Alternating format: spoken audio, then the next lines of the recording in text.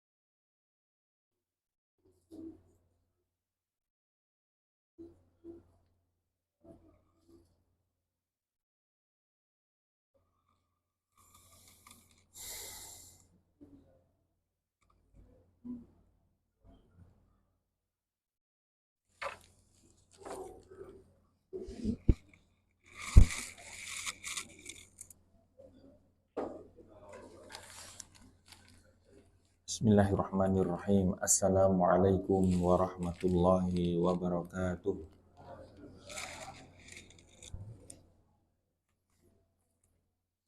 Alhamdulillahi hamdan katsiran thayyiban mubarakan fihi kama yuhibbu rabbuna wa yardah.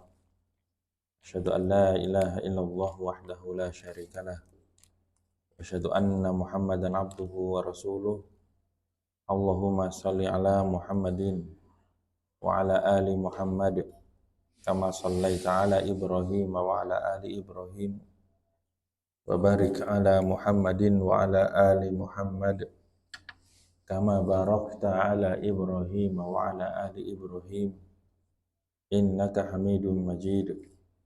Qala Allah ta'ala fi kitabihil karim, ya ayyuhalladzina amanu taqullaha haqqa tuqatih wa la tamutunna illa wa antum muslimun. Amma ba'du, fa inna asdaqal hadithi kitabullah wa khairal hadyi hadyu Muhammadin sallallahu alaihi wasallam wa syarral umuri muhdatsatuha ala wa inna kulla muhdatsatin bid'ah wa kulla bid'atin dhalalah wa kulla dhalalatin finnar. Jemaah yang dimuliakan oleh Allah, alhamdulillah kita bersyukur kepada Allah Subhanahu wa taala. Pagi ini dimudahkan langkah kaki kita menuju mushola Al-Amir ini. Diawali dengan sholat subuh berjamaah. Semoga sholat kita diterima oleh Allah Subhanahu wa taala.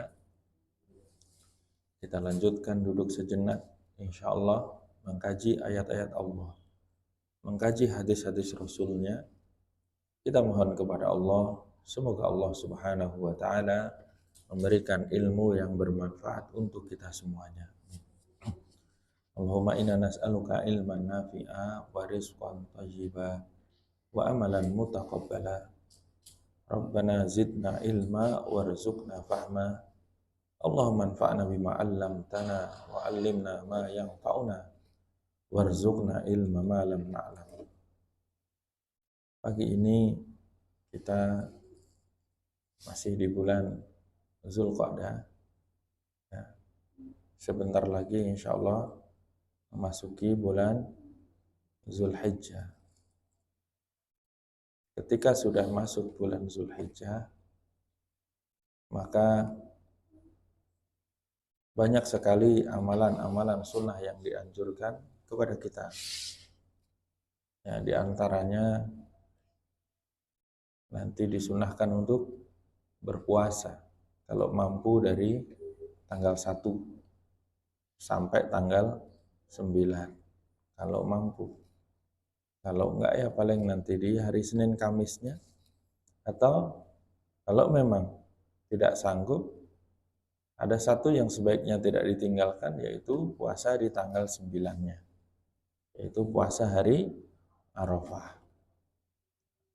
Puasa hari Arafah adalah puasa yang sangat besar, karena di antara keutamaannya Allah akan menghapus dosa 2 tahun.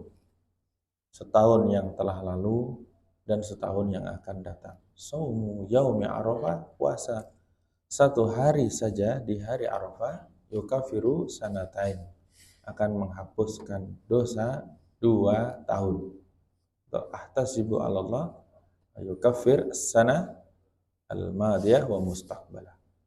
Aku berharap, kata Rasulullah, Allah menghapus dosa 2 tahun yang telah lalu dan yang akan datang. Masya Allah. Kemudian bagi yang tidak berhaji tentunya, kalau yang sedang haji, ketika sedang wukuf tidak disunahkan untuk puasa. Karena Rasulullah ketika wukuf itu beliau minum susu. Berarti tidak puasa. Kemudian hari Idul Adha ada suatu sunnah yang sangat besar, yaitu menumpahkan darah berkorban karena Allah. Semoga kita nanti dimudahkan oleh Allah Subhanahu wa taala untuk mempersembahkan sesuatu yang terbaik ya kepada Allah, untuk Allah, yaitu berkorban semampunya. Yang mampu berkorban kambing ya kambing. Yang mampu berkorban sapi, boleh sapi. Yang mampu berkorban onta, silahkan berkorban onta. Yang pengen korban sapi, kalau ternyata satu sapi itu besar berat, maka boleh bertujuh. Begitu juga korban onta. Onta sama sapi lebih mahal mana? Sudah pernah korban onta apa belum? Sudah pernah makan daging onta? Belum.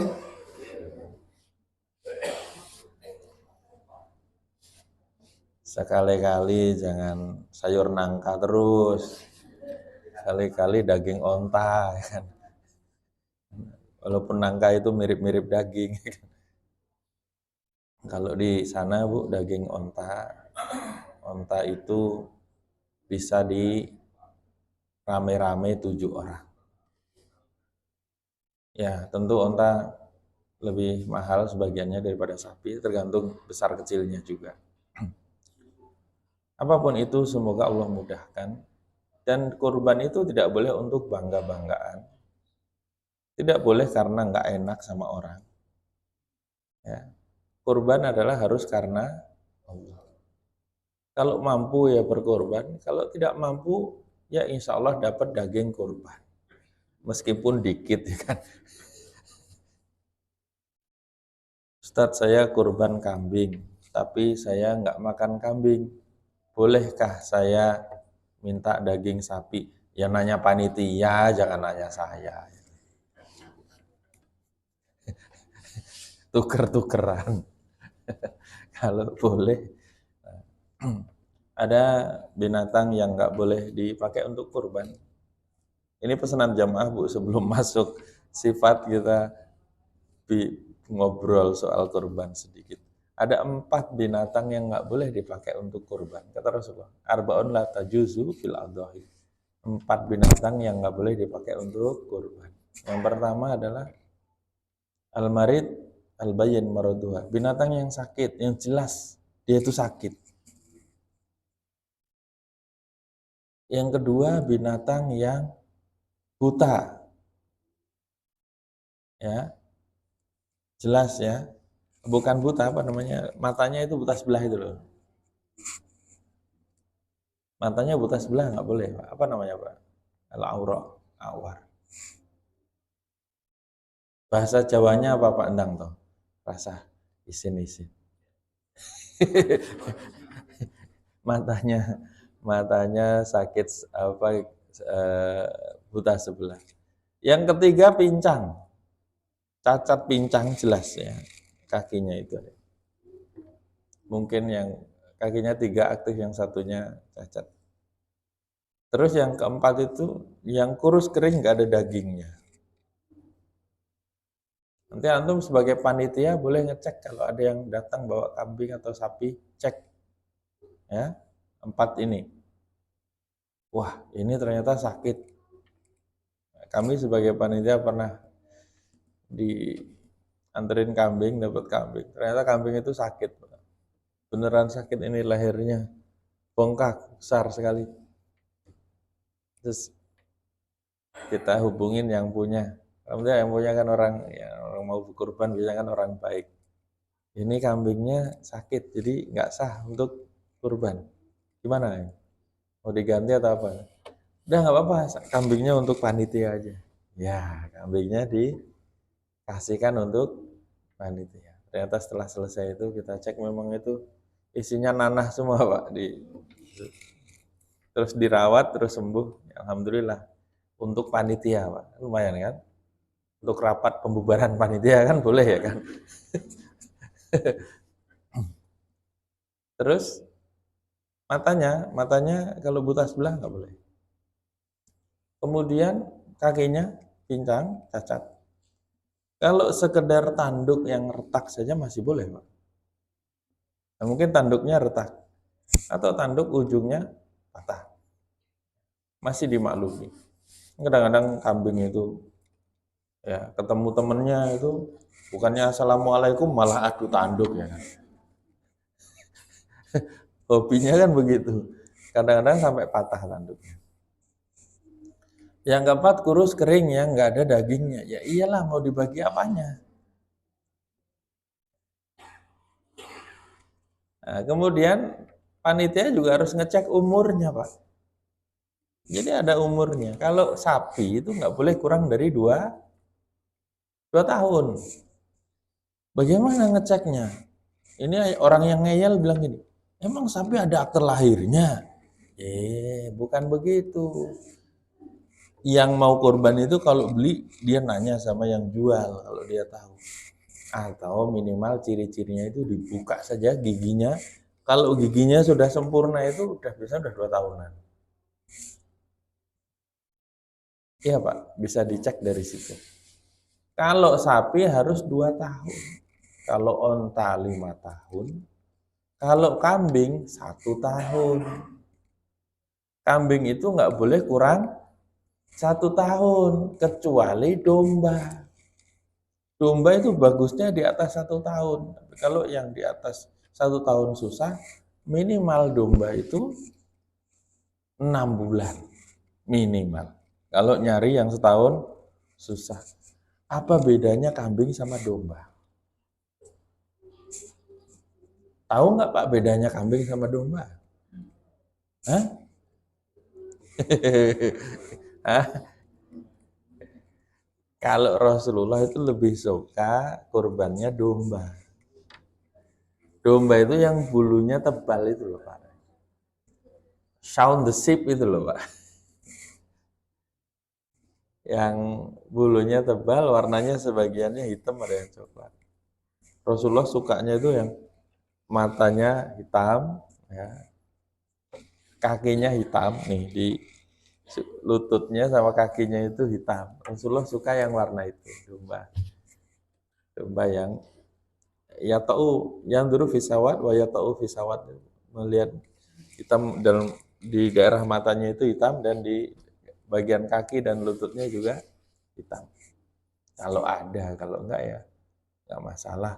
Kambing itu yang biasanya yang jenis yang bulunya halus itu kayak kambing Jawa, Etawa gitu-gitu.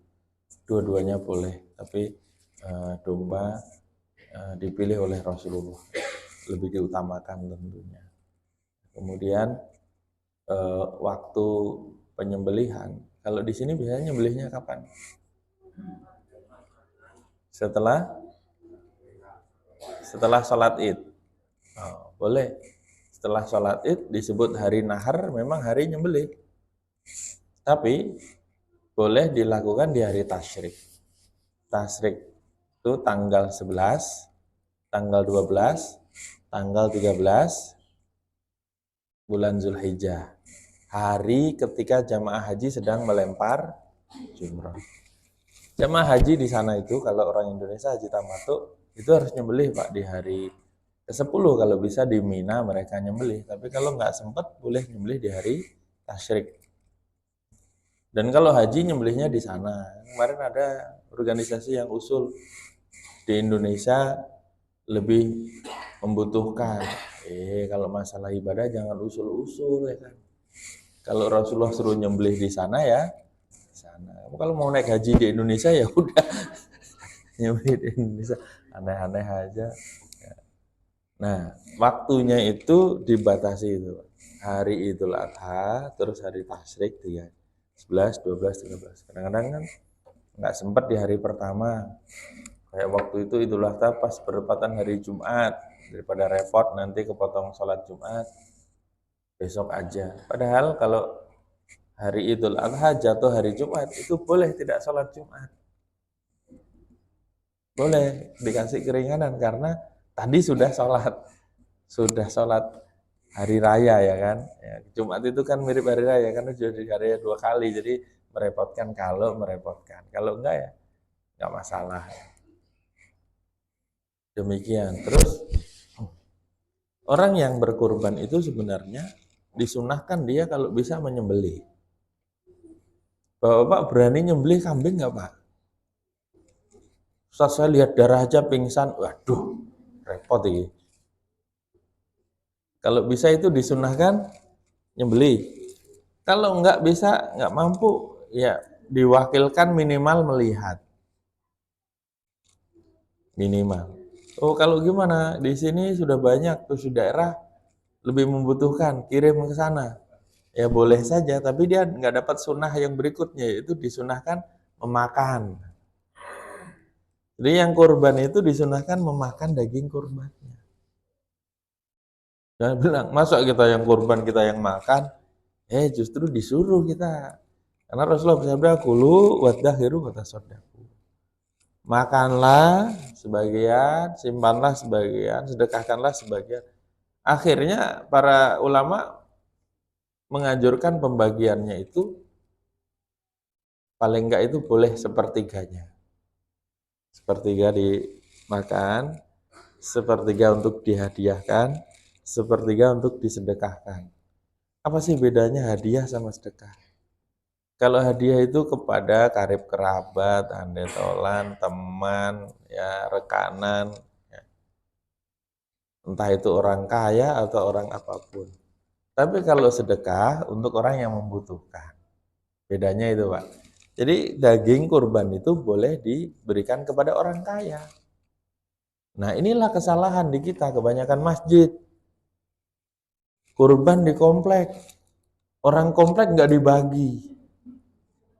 Udah biasa makan daging katanya. Daging kurban itu Pak beda rasa. Walaupun biasa makan daging kan pengen makan ya kan. Betul nggak sih? Bu tolong freezernya dicek, barangkali kurban tahun lalu masih ada. Ya tolong dicek nanti. Daging kurban tahun lalu lo belum dimasak. Orang itu seneng kalau dapat daging kurban. Karena memang hari raya Idul Adha itu hari bersenang-senang, hari makan-makan. Makanya nggak boleh puasa. Tanggal 10, 11, 12, 13 nggak boleh puasa, haram puasa. Suruh makan-makan. Nah, yang bagus itu Pak. Kenapa kita kalau Idul Adha itu disuruh sholatnya lebih pagi? Beda sama Idul Fitri. Idul Adha kalau bisa sholatnya lebih pagi. Kalau sudah waktu duha, matahari sudah agak naik, sudah boleh segera sholat. Lebih pagi lebih bagus kalau Idul Adha. Kalau Idul Fitri nggak apa-apa, agak lebih lambat dikit karena kalau Idul Fitri malah kita disuruh untuk sarapan dulu. Sarapan kurma jumlah ganjil itu. Makan kurma jumlah ganjil itu sunnahnya ya ketika mau berangkat sholat Idul Fitri itu. Tapi kalau mau sholat Idul Adha jangan sarapan dulu. Apa sih tujuannya? Supaya segera sholat, segera nyembelih, segera makan daging. Bagusnya itu sebenarnya gitu. Makanya ibu-ibu kalau bisa Bu, salah satu itu ada yang mengikhlaskan itu ya, kambingnya untuk dimasak, untuk dimakan sama panitia. Jadi ada yang ngurusin daging, ada yang masak. Lagi kerja enak-enak, sop udah matang gitu kan. Lah ini enggak, panitia nyembelih sapi, nyembelih kambing, makannya nasi padang ya kan. Terus Terus daging selesainya sore. Udah nggak sempat masak baru besok. Begitu ya Pak? Kalau bisa lebih cepat, segera makan-makan, itu lebih bagus. Dan harus profesional juga sih supaya cepat ya. Alatnya bagus, terus keahliannya luar biasa. Ini Pak, kita itu disuruh berbuat kebaikan dalam segala hal. Rasulullah SAW bersabda, Inna Allah katabal ihsana ala kulli syai'. Sesungguhnya Allah mewajibkan berbuat kebaikan terhadap segala sesuatu. Kita itu kepada segala sesuatu disuruh berbuat baik. Kepada sesama manusia, kepada binatang, kepada tumbuhan, harus berbuat baik. Ya. Kemudian Rasulullah memberikan contoh. Wa idza dzabhtum wa idza qataltum fa ahsinul qitlah wa idza dzabhtum fa ahsinul dzibhah. Kalau kamu membunuh, bunuh dengan cara yang baik. Kalau kamu menyembelih, sembelih dengan cara yang baik. Loh, membunuh aja harus ihsan. Nyembelih harus ihsan. Apa kata Rasulullah? Wal yuhidda ahadukum syafratahu wal yurih dabihatahu. Hendaknya seseorang itu menajamkan alatnya dan kemudian membuat nyaman binatangnya. Binatang sembelihannya. Ada yang tahu tidak apa bedanya membunuh sama menyembelih? Hah? Apa Bu bedanya membunuh sama menyembelih?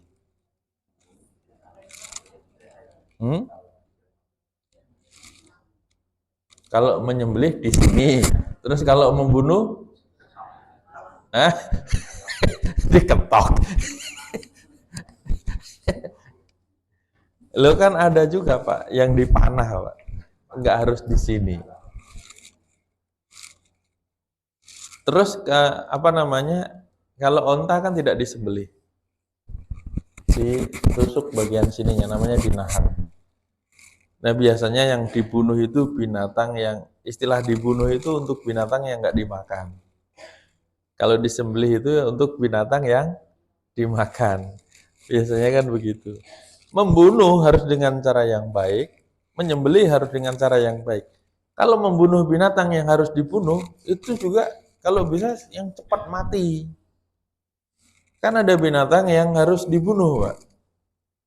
Tikus, ular, kalajengking, anjing gila, burung gagak hitam, atau burung kayak bentuknya itu kayak alap-alap gitu. Itu disuruh bunuh. Lalu burung itu hama, merusak ya. Nah, kalau ketemu 5 ini harus dibunuh, harus dengan cara yang secepatnya dia mati. Kalau ada anjing gila ya bunuh, gimana caranya cepat mati, jangan potong kakinya dulu ya. Enggak boleh ya. Kalau membunuh seperti pas perang aja, kalau membunuh gimana caranya cepat mati. Ada binatang suruh bunuh itu cicak sama tokek. Itu kalau antum bunuh cicak sekali pukul mati, itu dapat 100 kebaikan. Begitu juga tokek. Mau 50 cm, mau 1 meter, Pak, total merah, ya tetap aja suruh bunuh, Pak. Harga miliaran. Sekali bunuh kalau bisa mati. Wah, dulu ada anak kecil main-main. Tahu petasan yang kalau dinyalain terbang terus meledak di atas itu, Pak? Itu anak-anak itu nyari cicak diikat di situ. Cicaknya sekali pukul mati, meledak mati. Membunuh dengan cara yang baik. Alatnya itu harus tajam-tajamnya. Nah, di sini yang tukang potong harus punya alat yang bagus, yang tajam. Gak apa-apa beli alat yang bagus, yang mahal. Ya. Karena kalau alatnya bagus itu cepat putus. Masya Allah. Nah terus, wal yurih dabihatahu. Hendaknya membuat nyaman binatang yang disembelih. Nih Pak, panitia kurban nanti tolong diatur flow. Lajur penyembelihannya itu alurnya harus diatur. Di mana binatang tempat nyembelihnya, dan di mana tempat ngantrinya harus diatur. Binatang yang ngantri untuk disembelih jangan lihat temannya disembelih. Nggak boleh. Coba bayangin antum ngantri mau disembelih gitu. Lihat orang depan antum duluan gitu. Gimana perasaannya? Hah? Jadi membuat nyaman. Jangan dipotong di depan dia. Iya. Kalau bisa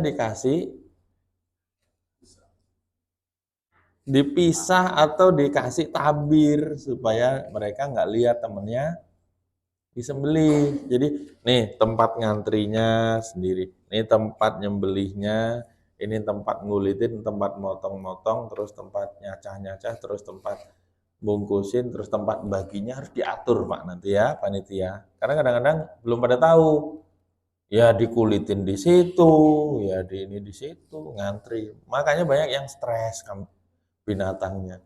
Kan ada yang ngamuk ya, ya dia ketakutan duluan. Mana cara jatuhinnya nggak bisa lagi. Panitia yang bagian itu harus belajar. Bagian menyembelih ada kursusnya. Jatuhin sapi juga ada caranya. Itu saya diminta untuk nyembelih di daerah Bekasi. Sapi gede banget. Panitianya banyak, nampaknya nggak pengalaman Pak. Jatuhin itu sapi gede itu, kaki depan jatuh sebelah kiri, kaki kanan, kaki depan jatuh sebelah kiri, kaki belakang jatuh ke kanan. Sini nggak bisa, sini nggak bisa. Sebelum ngamuk saya suruh bubar dulu, bubar. Terus kita ajarin, alhamdulillah kan ada cara bagaimana menjatuhkan sapi dengan cara yang baik, yang mudah. Itu ada titik-titik lemah di tubuhnya sapi itu. Kalau itu kena dia nurut, walaupun sapi segede apapun. Makanya ada teori-teori pakai tali dan lain-lainnya itu. Kalau yang canggih sih punya alat ya, dimasukin nanti terus alatnya itu terus langsung dipres digelebakin gitu. Itu lebih mudah. Kadang sapinya gede, yang megangin nggak kuat. Terus yang nyembelih juga nggak pengalaman. Ada Pak baru sapinya gede, baru nyembelih, baru separuh, mental dia. Lah gimana ini? Jangan seperti itu kan. Nah, di sini yang tukang nyembelih siapa? Harus tahu. Ini saya kasih tahu ya. Harus putus 4 saluran di leher binatang itu 4 harus putus. 1 namanya hulkum, 2 namanya mari. Hulkum itu yang paling gede ini, yang kerongkongan apa tenggorokan ini namanya? Apa? Kerongkongan atau tenggorokan? Sekarang mulai yang penting ini ya kan. Nih, yang paling gede ini untuk lubang makanan dan minuman. Terus ada untuk lubang udara. Mari. Jadi yang lubang saluran makanan minuman, saluran udara, terus wadah jain, samping kanan, samping kiri, darah. Jadi 4 ini harus putus.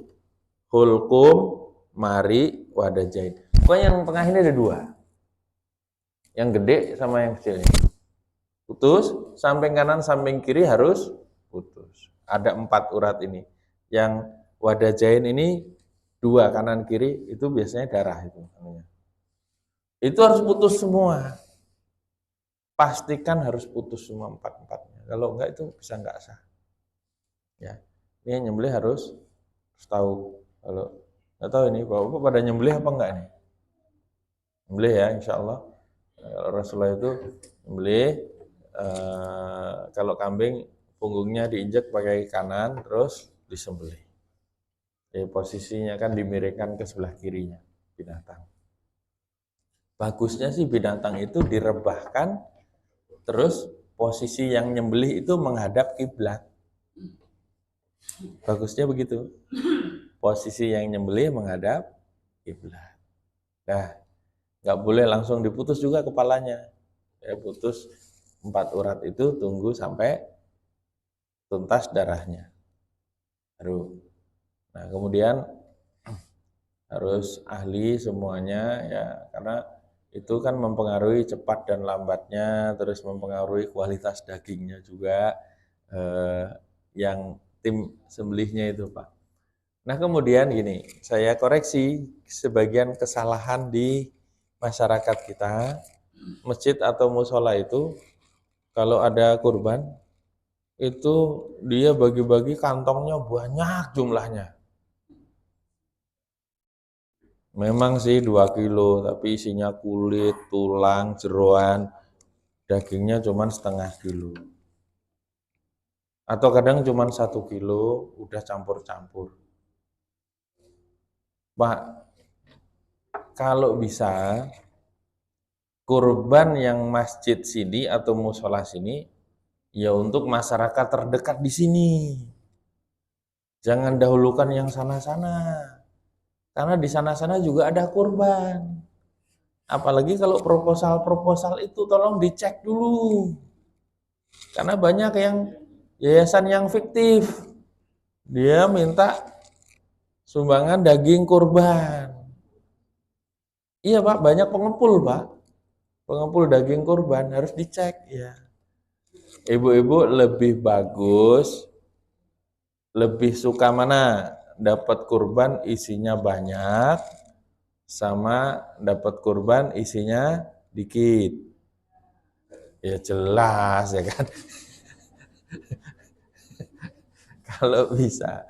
Dan tadi bukan hanya untuk fakir miskin. Walaupun orang kaya, kalau dia muslim kasih. Terutama nih, Bapak Ibu-ibu, orang muslim yang jarang ke masjid tolong dikasih. Itu prioritas ya. Cocok nggak? Cocok. Sambil dikasih pemberitahuan bahwa musola dan masjid itu buka setiap 5 waktu. Atau pemberitahuan ada masjid dekat sini gitu. Itu sambung rasa, silaturahmi. Nah, ada yang nanya, Ustadz di sebelah masjid itu non muslim, nyembelihnya di masjid. Apakah yang non muslim itu boleh dikasih apa enggak? Ya kalau di sebelahnya ya wajib kasih. Cuman dapat baunya 3 hari ya kan. Karena habis nyembelih kan bau ya Pak ya. Enggak dikasih, ya dikasih. Kalau sampai sebelahan kayak gitu. Nah, boleh nggak sih dikasih kepada non muslim? Kalau yang muslim sudah tercover, baru boleh kasih kepada non muslim. Tapi kalau tetangga masjid tadi ya kasih. Karena nanti akan menimbulkan bau, dia madorot bagi dia gitu. Jadi kasih nggak apa-apa. Kalau memang yang muslim sudah cover gitu. Waktu itu ada ya sebenarnya pukulan telak bagi orang muslim. Di komplek itu Pak, yang non muslim malah kurban sapi. Sapinya gede lagi. Dia beli sapi dibawa ke masjid. Dikasih ke panitia, dia ikut kurban. Loh, padahal non muslim. Diterima apa enggak kalau kayak gitu? Diterima apa enggak? Jatuhnya apa jatuhnya kalau dulu? Giliran yang muslim sapi kecil aja dikeroyok 7 orang ya kan?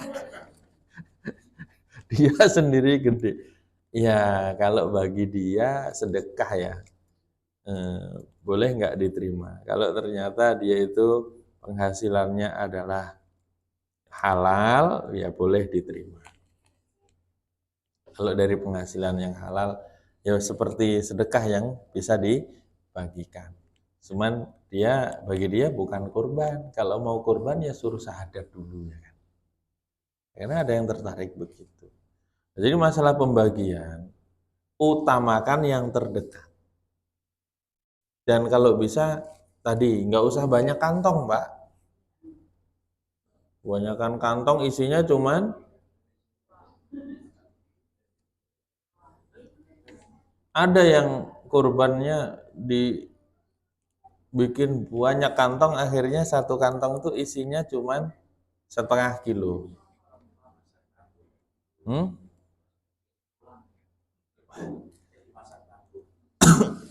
Nyelilit Pak, ya kan? Setengah kilo. Lah kalau jumlah keluarganya besar, di sate juga nggak cukup, paling cuma buat bau-bau doang, bikin sop ya kan. Ya kalau bisa satu keluarga itu merasakan. Saya tanya, menurut antum nih, di zaman Nabi dulu ada panitia kurban apa enggak? Di zaman Nabi dulu. Jangan zaman Nabi sekarang nih, orang Arab tuh pada nyembelih sendiri, Pak. Biasa mereka nyembelih di rumahnya sendiri-sendiri. Ya, kayak kami dulu pas di Yaman juga, oh ternyata pada nyembelih sendiri, walaupun yang di markas itu ada nyembelih karena dapat bantuan dari Saudi ratusan kambing, sampai kita itu berapa hari, 3 hari ya nyembelih. Sehari kan paling sanggup 150 kambing, saking banyaknya itu. Nah kalau warga rata-rata nyembelih sendiri. Di sini kan nggak bisa ya Pak ya, sendiri-sendiri nggak pengalaman, akhirnya supaya rame-rame bawa ke masjid gitu. Nah, ini masalah pembagian, boleh dirubah skemanya. Kalau dulu mengutamakan yang jauh-jauh, proposal-proposal itu jangan, kan di sana juga ada kurban. Kalau mau ngasih dicek dulu, karena ada yang fiktif, ada yang fiktif, ada yang cuman ngumpulin daging. Saya dengar nih ya, di Masjid Istiqlal itu kan banyak sapi gede-gede tuh. Di luar pagar udah ada yang siap nampung itu. Beli apa yang dapat terus pada dijual gitu katanya. Wallahu a'lam ya. Tapi kita harus hati-hati kalau masalah pembagian ini, lebih baik dibagikan kepada kaum muslimin yang terdekat. Tadi kan boleh nggak berkorban di tempat yang jauh? Di sana lebih membutuhkan. Ya kalau bisa, misalnya mau ke sana, kita tidak meninggalkan sunnahnya. Kalau rezekinya berlebih ya, kurban di sini sama di sana. Kalau memang di sana nggak ada banget ya boleh. Ya, ada yang punya program begitu di daerah-daerah minus yang rawan kristenisasi itu, mereka ke situ bawa sapi sebelum apa namanya, sebelum kurban dimulai dilakukan tablik akbar dulu, dikasih pencerahan agama, penguatan akidah gitu. Ada juga yang memanfaatkan untuk program dakwah begitu. Nah, orang punya dana untuk beli satu kambing, tapi dia ragu atas nama dia atau atas nama orang tuanya yang sudah mati. Nah, gimana ini? Kan ada kan yang orang tuanya sudah mati. Nah, kalau kayak gitu lebih utama atas nama yang masih hidup. Kalau anak berkorban, insya Allah bapaknya juga dapat pahala. Kalau suaminya nggak punya uang, terus istrinya banyak uangnya, boleh nggak istrinya kurban? Boleh. Istri berkorban mewakili keluarga, boleh. Atau istri ngasih hadiah kepada suaminya, terus suaminya suruh kurban mewakili keluarganya, itu juga boleh, tidak masalah. Nah, ini sekilas mengenai kurban yang insya Allah tidak lama lagi kita akan melakukan bersama insya Allah. Ada yang mau nanya tidak? Silahkan.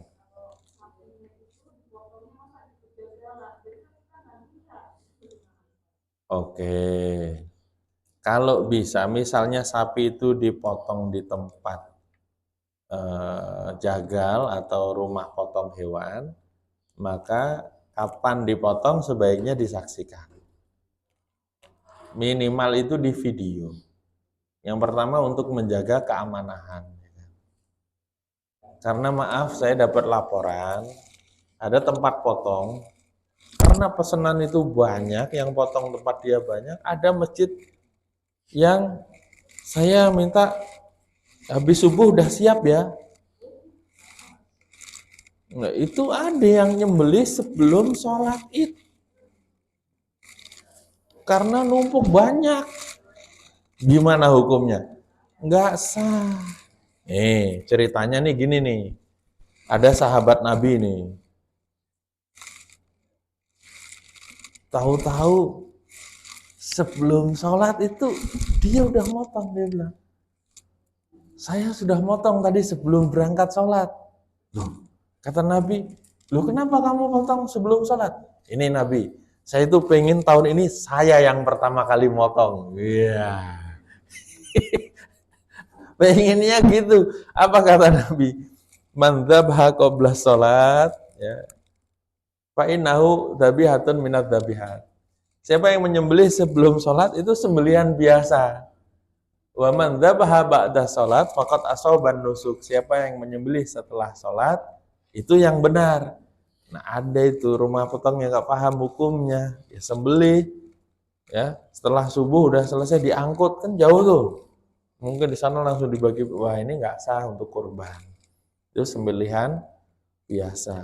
Nah harus dipastikan panitia itu ada yang ngeliat, ada yang video, jangan dibiarkan saja kan kita nggak tahu. Termasuk apakah yang nyembelih itu tahu paham aturan syar'i atau enggak? Maaf ya, tidak semuanya tukang jagal ngerti. Iya, saya kalau lihat tampangnya udah nggak jelas itu udah nggak yakin. Boleh saya sembelih, kita sembelih sendiri. Misalnya nih, pakai celana pendek, sambil gini, wah, dah, ding, girwir, kita aja sendiri yang nyembelih ya kan. Kadang-kadang ada yang agamanya bagus, ada yang kurang bagus, Pak. Kalau untuk nyembelih serahkan sama yang paham, biar sembelihannya sesuai gitu, sesuai dengan contoh Rasulullah. Ya mungkin kalau ngulitin belah-belah ya urusannya mereka nggak apa-apa, tapi kalau urusan nyembelih suruh yang paham. Begitu kalau disembelih dijaga. Memang lebih cepat ya mereka kerjanya.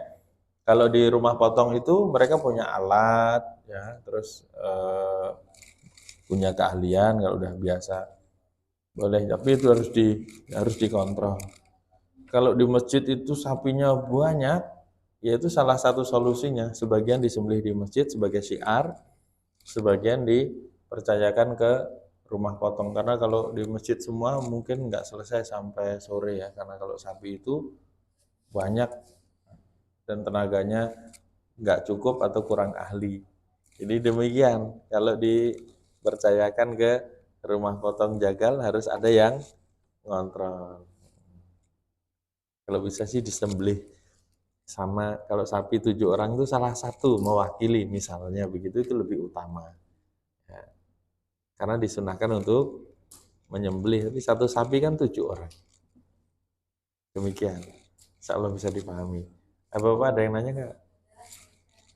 Oh silakan. Ibu mau nanya lagi, silakan Bu. Waalaikumsalam warahmatullahi wabarakatuh.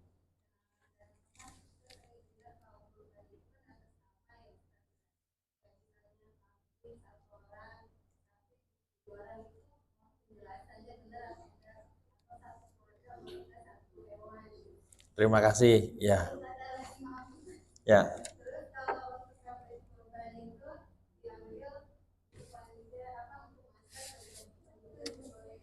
Oke, terima kasih.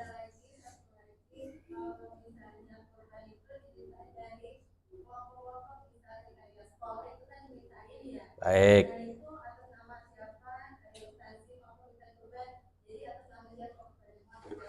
Terima kasih. Waalaikumsalam warahmatullahi wabarakatuh. Yang pertama, kurban itu disunahkan, sangat dianjurkan tapi tidak memberatkan. Makanya satu keluarga satu binatang saja. Satu keluarga satu kambing cukup. Ya. Nah, yang penting bisa makan-makan. Bahkan Syekh Muhammad bin Shalih Al-Utsaimin rahimahullah menjelaskan, kalau satu keluarga nyembelih kambing, kalau sepertiga nggak cukup, boleh ngambil lebih dari sepertiga. Misalnya anggota keluarganya banyak, kalau cuma sepertiga saja kurang, boleh lebih dari sepertiga. Jadi satu keluarga satu kambing cukup. Terus sapi tadi 7 orang ya masing-masing untuk satu keluarga. Kecuali kalau dia mampu, satu keluarga mampu sapi, silahkan. Satu keluarga mampu onta, silahkan, tidak masalah. B, karena sapi dan onta itu harganya beda dengan kambing, boleh untuk 7 orang. Yang mampu boleh 1 orang. Ya, satu keluarga maksudnya. 1 orang itu maksudnya mewakili satu keluarga. Satu keluarga, 1 kambing. Yang penting tidak boleh untuk bangga-banggaan. Akhirnya nanti keikhlasannya terganggu. Nih sapi saya nih 1,1 ton. Itu kan, nggak boleh bangga-banggaan gitu. Nah, baik. Yang kedua tadi, kalau yang ketiga saya ingat untuk urunan kurban. Nah, urunan kurban ini apa namanya? Kurban itu satu binatang, ya, 1 orang mewakili keluarganya. Jadi nggak bisa kalau satu kelas di sekolah ada 30 anak, terus urunan sekian, terus beli 1 kambing. Itu namanya iuran beli kambing. Kalau kurban, misalnya nih, bolehnya begini misalnya, 1 kelas urunan, terus dihadiahkan kepada wali kelasnya. Nanti yang kurban wali kelasnya gitu sih boleh. Jangan urunan beli kambing, karena aturannya kambing itu 1 orang atau 1 keluarga, terus sapi itu 7, boleh 7. Jadi tidak bisa 1 kelas atau 1 kantor. Kalau 1 kantor pengen, ya bisa tadi di atas namakan mungkin pemilik kantornya atau apa namanya, top ownernya atau direksinya atau apa, kan bisa dipilih salah satunya. Begitu caranya. Kalau memang harus iuran, ya. Jadi kalau bisa memang 1 orang 1 ya, bukan iuran seperti itu, harus dibedakan. Yang kedua tadi apa nanyanya, Bu? Oh, kambing untuk Bapak.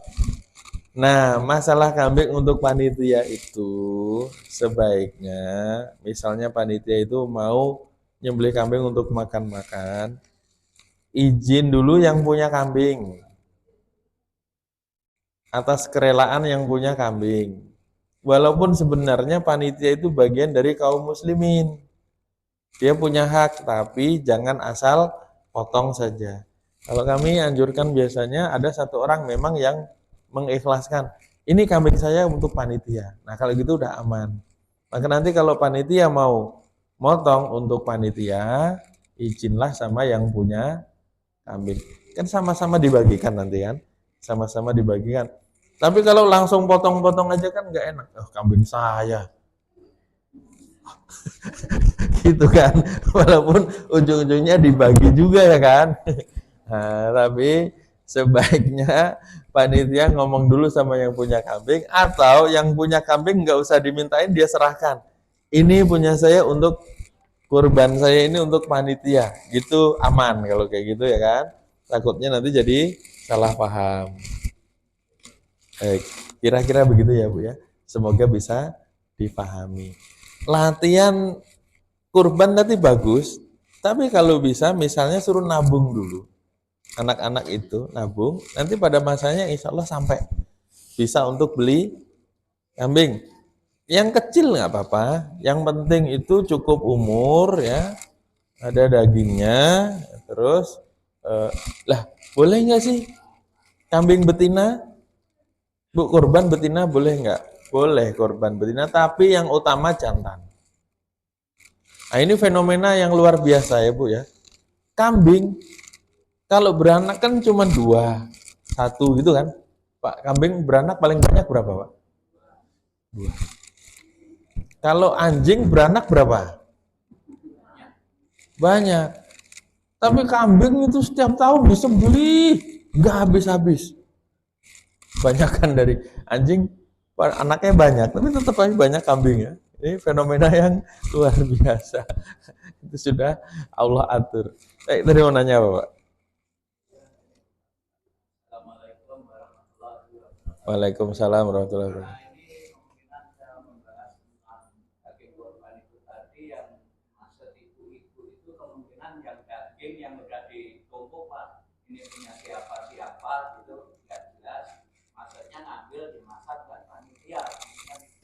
Oh, sebenarnya panitia itu bagian dari kaum muslimin yang berhak menerima. Boleh-boleh saja kalau memang sudah menjadi daging yang sudah dikumpulkan ini nggak ketahuan punya siapa, yang ngambil dari situ untuk dimasak. Kan sama aja nanti kan akan dibagikan juga. Panitia juga bagian dari kaum muslimin. Tapi jangan kebanyakan aja ya Pak ya. Untuk panitia banyak yang dibagi dikit. Jangan panitia yang ngarep itu. Kalau sekedar untuk makan-makan kan paling butuh berapa ya kan? Apalagi orang Indonesia makannya dikit, dagingnya nggak kayak orang Arab sana. Ya, kalau orang Arab misal dibagi cuma setengah kilo, aduh untuk apa ini? Kalau di sana makannya banyak-banyak ya. Untuk daging memang makanan mereka gitu. Saya kira gitu, paham ya? Kalau memang itu yang untuk dibagikan, berarti panitia udah bagian dari kaum muslimin, boleh saja. Yang penting tidak berlebih-lebihan. Bapak yang di sana ada yang nanya nggak? Ibu-ibu ada yang nanya lagi?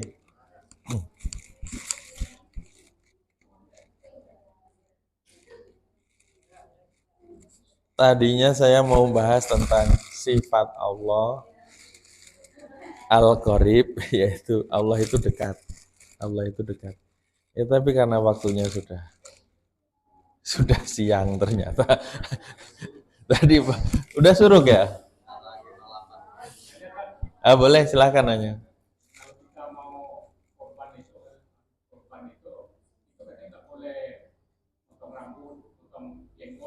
Oh gini Pak.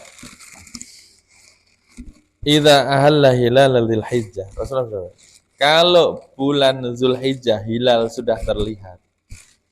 Wa arada ahadukum ayyudahi, dan salah seorang di antara kamu pengen berkorban, ya, fala ya'khud min sya'rihi wala min adhafirihi syai'a. Maka jangan mengambil, jangan memotong kukunya atau rambutnya atau bulu-bulunya.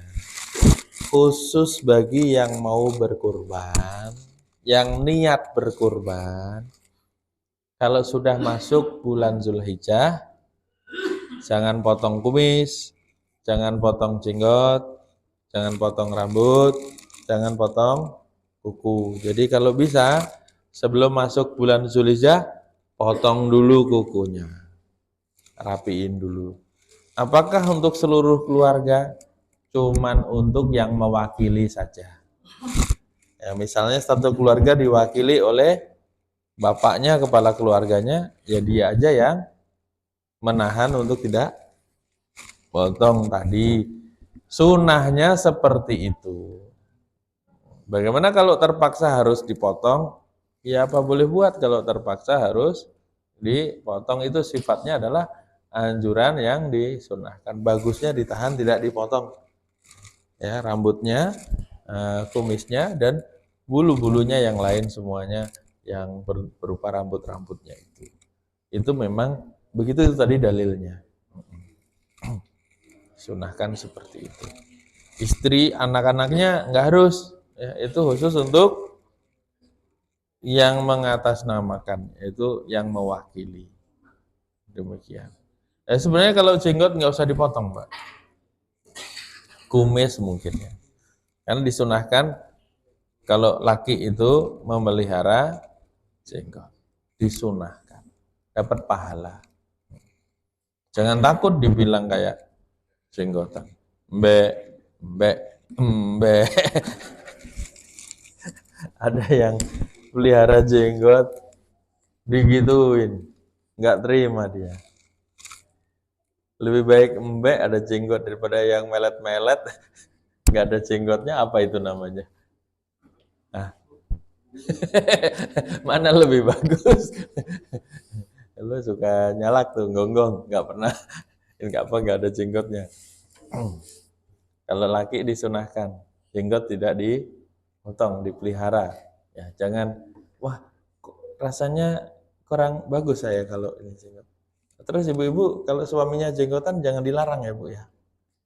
Ada yang, kenapa nggak, nih istri saya nggak suka saya jenggotan. Lah, harus didukung karena jenggot itu sunnah. Yang membedakan singa jantan sama singa betina itu jenggot. Bener nggak sih? Ini Pak, ada cerita di Arab nih, orang jenggotan. Jenggot lebat. Punya anak kecil bayi. Istrinya gendong bayinya, pengen ke toilet. Terus bayi itu dikasih ke suaminya. Istrinya masuk toilet. Bayi itu digendong bapaknya itu nangis.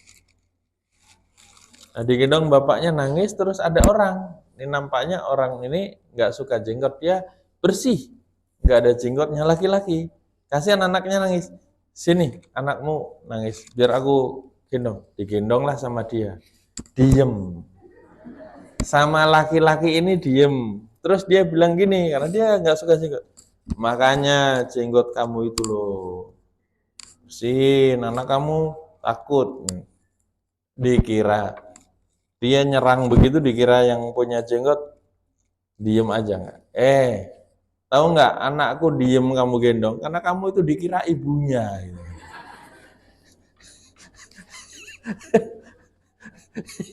Jadi karena nggak ada jenggotnya dikira emaknya. Jadi laki-laki punya jenggot itu, yang pertama itu sunnah. Rasulullah bersabda, qasus syawarib wa afulliha, potonglah kumis, peliharalah jenggot. Dapat pahala. Yang dapat pahala menghidupkan sunnah. Ya gimana Ustaz kalau cuma tumbuh 3 lembar aja ya? Nggak usah ditempel-tempel, udah Firdaus oil habis 5 botol nggak tumbuh-tumbuh ya kan? Ya udahlah dinikmatin saja kan. Yang ada dipelihara, yang nggak ada ya sudah serahkan sama Allah, karena orang Indonesia beda sama orang Arab ya. Malah ada perempuan jenggotan, perempuan punya kumis. Ada. Nah ini bulu-bulu memang nggak boleh dipotong. Kalau dia niat terus misalnya nih tanggal Zulqa'dah habis belum ada niat karena belum punya uang. Jadi tanggal 1, 2 itu dia masih cukur, masih potong kuku gitu kan. Tapi tiba-tiba tanggal 5 Zulhijjah dapat rezeki. Wah, ada temennya yang utangnya sudah 5 tahun yang lalu, inget baru bayar gitu kan. Berapa miliar gitu. Nah. Kalau gitu gimana? Ya nggak apa-apa, mendadak kurban, mendadak niat kurban. Walaupun tadi dari tanggal 1 sudah potong rambut, sudah potong kuku, nggak masalah, karena itu sifatnya adalah sunnah yang dianjurkan seperti itu. Islam itu gampang, insya Allah. Demikian Pak ya, bisa dipahami insya Allah. Ini mohon maaf, nggak sengaja Bu, baru aja di sini kamu nyinggung fikih kurban, ya udahlah kita ngobrol tentang kurban ya. Semoga ada manfaatnya. Kita berdoa semoga Allah mudahkan kita semuanya untuk berkurban insya Allah, dan semoga kurban kita nanti diterima oleh Allah Subhanahu wa Ta'ala. Sebelum darah itu jatuh, ketakwaan insya Allah sudah sampai kepada Allah. Itu yang diharapkan. Yang sampai kepada Allah adalah takwa kita. Subhanaka Allahumma wa bihamdika asyhadu an la ilaha illa anta astaghfiruka wa atubu ilaik. Mohon maaf kalau ada kurang dan lebihnya. Wassalamualaikum warahmatullahi wabarakatuh.